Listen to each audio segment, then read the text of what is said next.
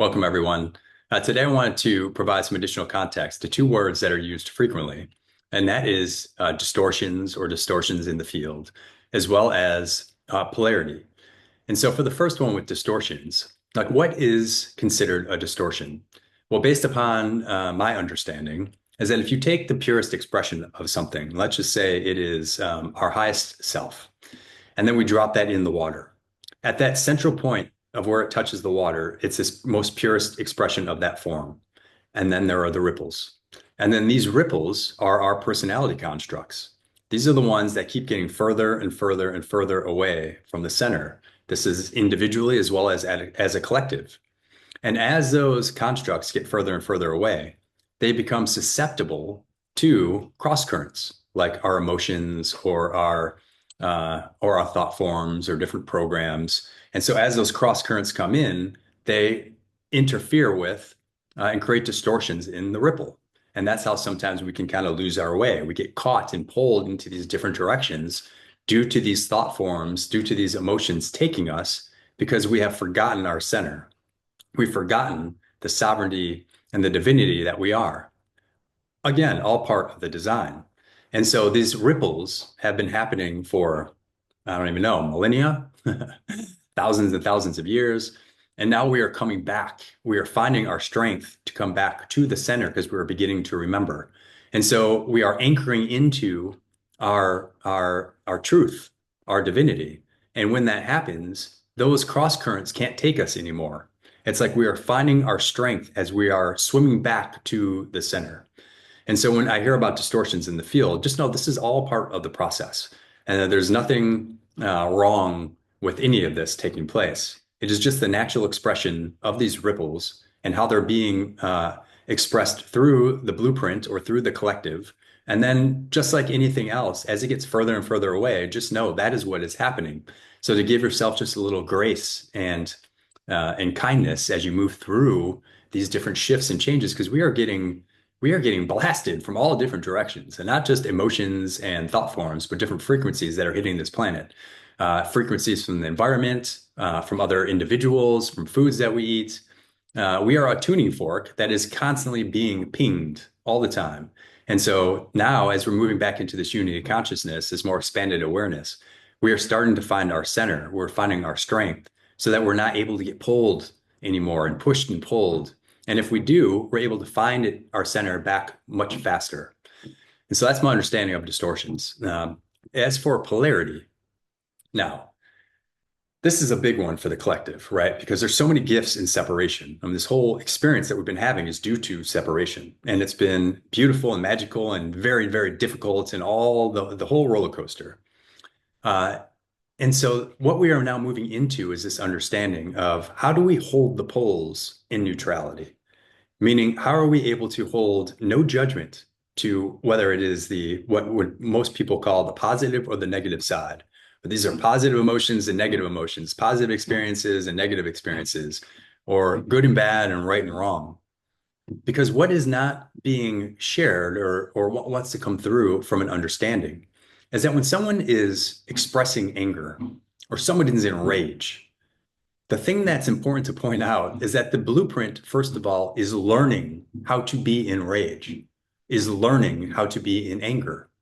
And that's the part that is so subtle that we miss because we see these things, we're like, oh man, either I just get so angry, I don't know why I react that way, or I can't believe that person reacts that way, and how angry and enraged they get. Well, first we have to understand that the blueprint doesn't judge. The blueprint doesn't think something is positive or negative. It just expresses as it's trying to learn through us, through our own personality construct. And so when we're facing these different emotions or experiences, just know that at the core, there is a rationale behind why it wants to express that way. And so that is why we need to give ourselves, again, some more grace and gentleness. And of course, if we start to see these things in other people, that is the universe signaling to us that we're holding it in suppression, that we're holding it in a place that we don't want to recognize that it's within us. And as I've gone deeper into this work, and I am in the middle of my Kundalini awakening, which has been quite the roller coaster, because I have had to go into past lives and into my lineage where the worst of the worst you could possibly think of has happened. And I, through my different iterations of incarnations, I pushed those away. I didn't want to claim those as my own. And now, as I'm coming into this wholeness, I recognize that I need to claim them. I was reclaiming all of them because I felt guilt or I felt shame or I felt embarrassment, and all the other things you could possibly think of from the things that have taken place, whether within the human incarnation or beyond that. And I couldn't believe how that was even possible, that I could have experienced all those things as the one being experiencing and the one doing it as well. And so the work that we need to do that is really coming in strong is to do our best to hold neutrality and to not judge. Because whatever is happening on the planet, whatever it is us, it is a part of us. And when you're able to go that deep and you're able to recognize that is a part of you, and then you're able to go into non-judgment, and you can feel it, scream, cry, kick, whatever you need to do.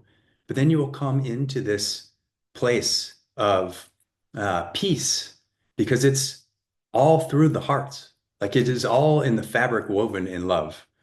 And so all of these expressions, no matter if you think of them as good or bad or right or wrong, they're all in the fabric of the divine. And so when you are in these places or you get triggered or you see someone else doing something, just know that these are beautiful indications to you about just going deeper, about something that wants to be revealed, about some other wisdom that wants to come through to help you grow and expand. And so the polarity thing for me, the biggest thing is the aspect by which we are learning it.